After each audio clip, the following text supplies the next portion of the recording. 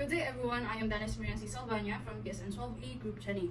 And today I'll be performing my return demonstration upon doing the adult cardiopulmonary resuscitation. So adult cardiopulmonary resuscitation, or the CPR, it is an emergency life-saving procedure that involves chest compressions and rescue breaths to maintain the blood circulation of the patient and also the oxygenation for a person that is in a cardiac arrest. So before providing assistance to the patient or the patient that we have, we will be ensuring the scene safety by assessing for any potential hazard such as traffic, fire, or violence. So this step is crucial to protect both myself and also the person in the need of assistance. So we'll be checking if there is hazard things that around in the rescue area. So since there is none, then we will proceed to the next step. So if applicable, we can don the PPE or having the mask, gown, gloves. So it is crucial to we can minimize the risk of infection transmission and protect both myself and the individual receiving the CPR or the rescue, especially in the situations where bodily fluids may be present. So it ensures a safer environment for effective emergency response. So now we will be checking for responsiveness by tapping both of the shoulders of the patient by calling out her name or addressing it, both ears. So it is vital in performing the CPR to quickly assess if the individual is conscious and responsive. So also this step also helps to determine the need for immediate intervention and timely initiation of the CPR if the person is unresponsive in the area. So, sir, can you hear me? Sir, are you okay? So after doing that, since there is no response of the patient, we will call for help and activate emergency response system. So calling for help in the area and activating the emergency response system is very critical in CPR to ensure timely professional assistance and increasing the chances of positive outcome for saving the individual we have here. Time is of the essence in emergencies, and swift action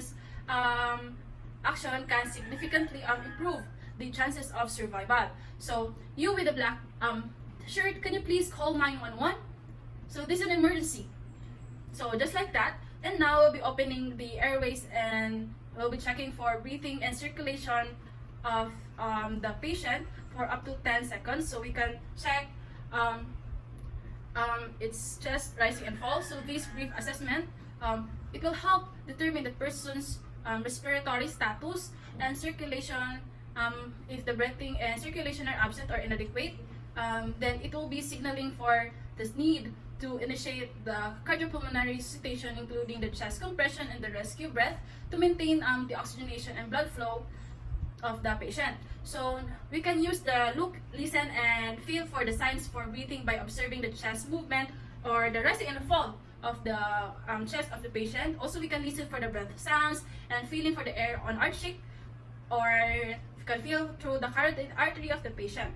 So I will be checking the chest rise and fall of the patient. So 1, 2, 3, 4, 5, 6, 7, 8, 9, 10. So if there is no signs of circulation are observed, we will proceed to the cardiopulmonary resuscitation or CPR procedure immediately. So this involves initiating chest compression and rescue breaths to restore blood circulation and oxygenation. So prior to the procedure, we need to hand or use our palm, supporting my other non-dominant hand to the chest of the patient or the lower half of the sternum. So here. So adequate rate at 100 to 120 minutes. So we will deliver each set of 30 compressions in 15 to 18 seconds. So we'll be compressing at least 2 inches depth or 5 centimeters. So we will be completing the recoil after each compression. So avoid excessive ventilation. So we will be providing 2 ventilation every 1 cycle of the 30 30 compressions to avoid excessive ventilation. We will be administering 2 ventilation after every cycle of 30 compressions during CPR. So this will help to maintain an appropriate balance between chest compression and also the ventilation of the patient, optimizing the effectiveness of our performing the resuscitation efforts. So now we compressing the chest of the patient. So starting 1, 2, 3, 4, 5, 6, 7, 8, 9, 10, 11, 12, 13, 14, 15, 16, 17, 18, 19, 20, 21, 22, 23, 24, 25, 26, 27, 28, 29, 30.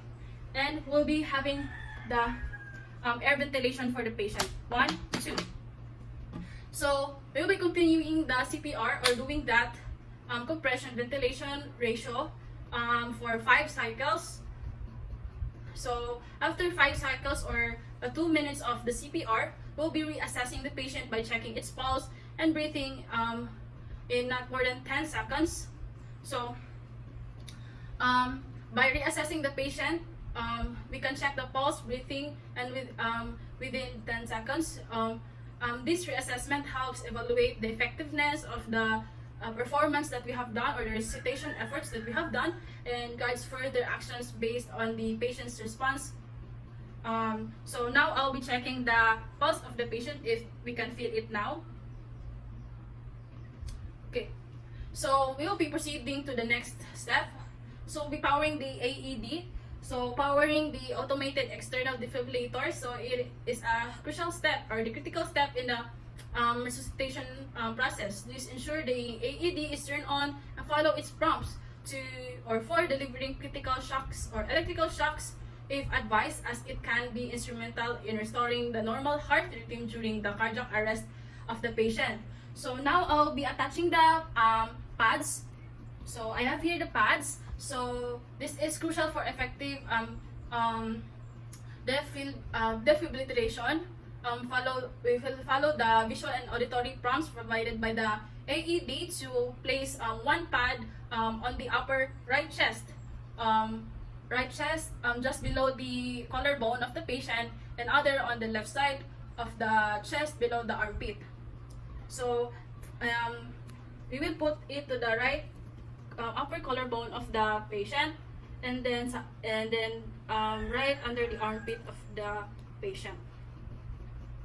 So this will ensure optimal contact for accurate analysis and delivery of the electrical shocks if necessary. So we will clear for analysis. So before delivering shock, we'll ensure everyone is clear of the patient by announcing clear for analysis.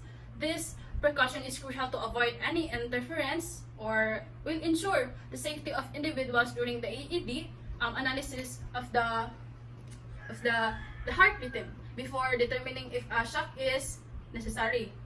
So clears the shock, clears to safely deliver shock before delivering a shock.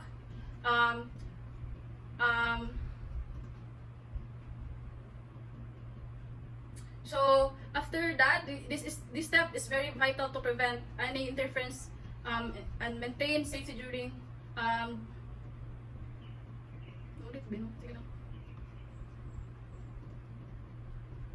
So after that, we can switch roles every 2 minutes or every 5 cycles of the CPR. Since switching roles every 2 minutes after 2 minutes or after every 5 cycles during CPR is very necessary for maintaining effective chest compressions and preventing rescuer fatigue. So we cannot really deny that we will be exhausted by doing that. So this rotation helps ensure that each rescuer or healthcare provider can provide high quality compressions, optimizing the chances of successful, or we can resuscitate good the patient. So we will,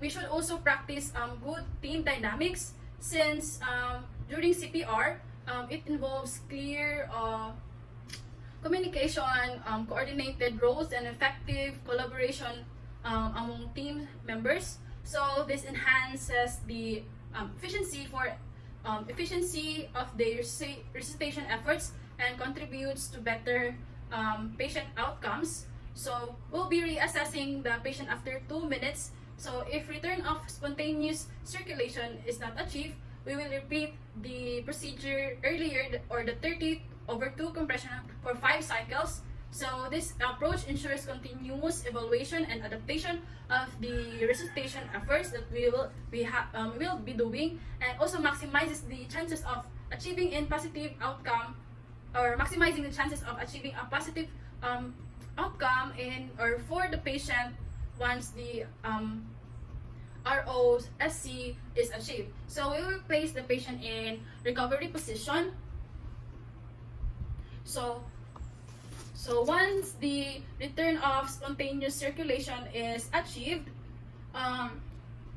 we will be placing the patient in its recovery position, and this will help maintain a clear airway and facilitates normal or optimal breathing while awaiting further medical evaluation and care. And lastly, we will be documenting the time of the procedure started and the time of it ends. So by doing that,